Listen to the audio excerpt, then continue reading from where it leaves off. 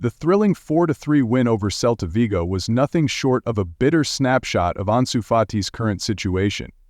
Sitting on the bench watching his teammates pull off a sensational comeback from being down 1-3, Fati must have silently hoped his name would be called.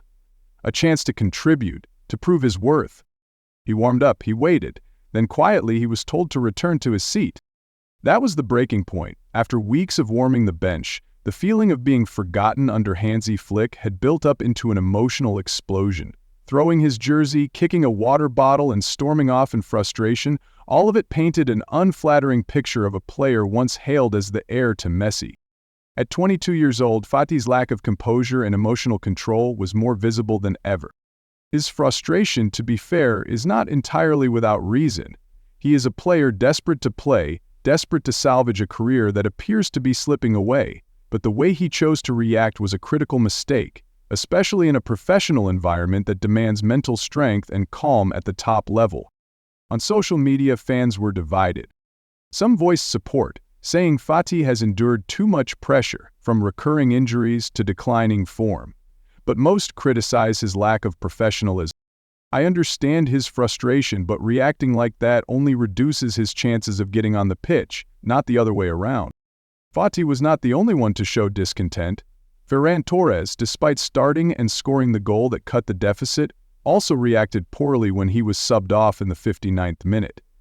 The Spanish forward even refused to shake hands with one of the assistant coaches after making way for Lamine Yamal. That was a tactical decision. Barcelona were trailing 1-2 and needed fresh energy on the pitch. When asked about the players' reactions, Hansi Flick did not shy away. In the post-match press conference, he addressed the matter with the firmness of an experienced manager. Of course, I understand why Ansu and Ferran are frustrated. I used to be a player myself. I know they just want to be on the pitch and help, but understanding does not mean accepting such negative reactions during a match. Flick emphasized that every decision he makes is based on what benefits the team most, and this game was the clearest example. We came from behind to win 4-3. From being down 1-3, that means my substitutions were the right ones. Ansu and Ferran need to learn to accept that. The German coach's message was crystal clear. The team comes before individual ego. Disappointment is understandable, but responses must be professional and constructive, not emotional outbursts. And it is that moment of lost control that has added a darker shade to Ansu Fati's already uncertain future at Barcelona. Once the brightest hope from La Masia once handed the number 10 shirt in the post-Messi era as a sign of trust and belief, Fati is now just a shadow of his former self. Persistent injuries have robbed him of his pace, drained his confidence, and interrupted the development path that could have taken him to greatness. Returning to Camp Nou from Brighton on loan, Fati had hoped this would be a turning point, a revival of his career. But the reality has been far more brutal. No spark, no chances, no belief. He refused to leave in January, clinging to the hope that Hansi Flick would give him a chance. But now it seems every door at Barcelona has slammed shut. Although under contract until the year 2027, Ansu Fati has reportedly asked the club to terminate the agreement early. He no longer wants to be shipped around on loan deals. Fati wants to choose his next destination himself, a place where he can start over, where his career can be truly reborn. The stories of Ansu Fati and Ferran Torres go beyond personal frustration. They reflect the broader issue of squad management, something every big club, even Barcelona, must face. Under Hansi Flick, a manager known for his strict discipline, Barcelona are walking a tightrope.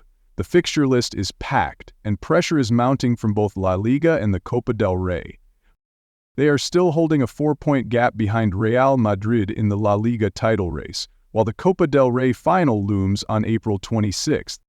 Flick is forced to calculate carefully, rotating the squad to preserve his key players' fitness while maintaining overall team stability and performance. The away fixture against Mallorca on April 22nd will be the first real test for Hansi Flick's rotation strategy. With Robert Lewandowski, Alejandro Balde, Marc Casado, and Marc-Andre ter Stegen all added to the injury list, Flick has no choice but to make major adjustments to his lineup. It is also the right time to give some key players a well-earned rest. Inigo Martinez, Frenkie de Jong and Pau Cubarsí have all been grinding non-stop and are now showing signs of fatigue, especially after the intense clash against Celta Vigo.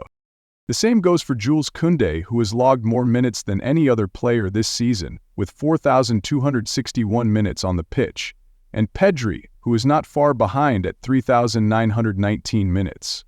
Replacing them will not be easy, but this could be a golden opportunity for others to step up. Ferran Torres, fresh off a goal against Celta Vigo and with Lewandowski sidelined, is almost certain to lead the line. It is a role he has handled well in both La Liga and the Copa del Rey. Dani Olmo, the quiet hero who scored and won a penalty in the comeback against Celta Vigo, is also likely to start. Meanwhile, Ronald Araujo, Eric Garcia and Gavi are all expected to return to the starting 11 after spending the previous match on the bench or coming in as substitutes. In a stretch packed with fixtures and requiring constant rotation, the biggest challenge for Flick is not just tactics, it is managing emotions in the dressing room, especially with ambitious players like Ansu Fati who are not getting regular minutes. This is not just a battle on the pitch. It is also a test of mentality, resilience, and professionalism at the highest level. Hansi Flick knows his players always want to play and contribute, but he also makes one non-negotiable demand. Every tactical decision must be respected completely. At Camp Nou, success is not only built on tactical brilliance. The way a team is managed, the way the locker room is led, is the foundation for long-term strength. Veteran sports journalist Paul Ballas has praised Flick's approach to man management. He is excellent at handling players, fair, honest, and always knows when to build trust, Ballas said. He pointed out how Flick has restored confidence in players who were previously overlooked, like Rafinha and Inigo Martinez, not with empty promises, but with real opportunities and clear respect.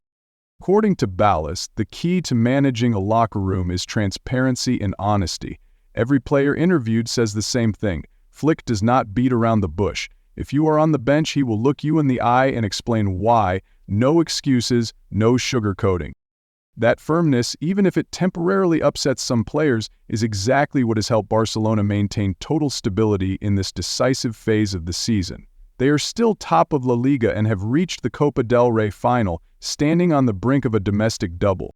As Flick said after the comeback win over Celta Vigo, "I can feel the positive energy spreading across the team. The spirit is growing, stronger every day."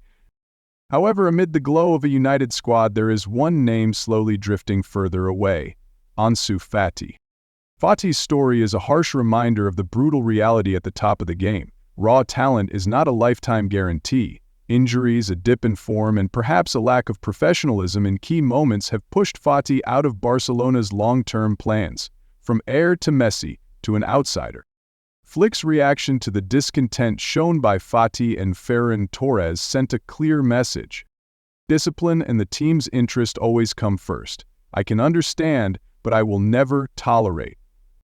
At a time when the team is peaking, Fati's emotional outburst was an off-key note. But instead of making Flick reconsider, it has only narrowed his chances of playing and made his exit from Camp Nou more certain than ever. Ferran Torres might still have time to redeem himself, especially with Lewandowski injured, but for Fati, the door seems shut. He now faces a tough reality. His dream at Barcelona may be over. Meanwhile, Barcelona continue marching forward with ambition, focus, and unity. They need all of that to finish this season strong, and there is no room for egos that clash with the greater goal. Fati's journey is a wake-up call to every young talent out there. No matter how much hype you once had, no one is bigger than the club. Challenge the authority of the coaching staff, put yourself above the team, and you will face a pre-written ending, departure.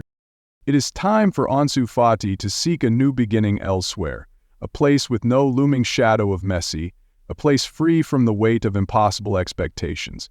Perhaps only by leaving what was once his biggest dream can Fati truly begin to write the next chapter of a career that now hangs in the balance.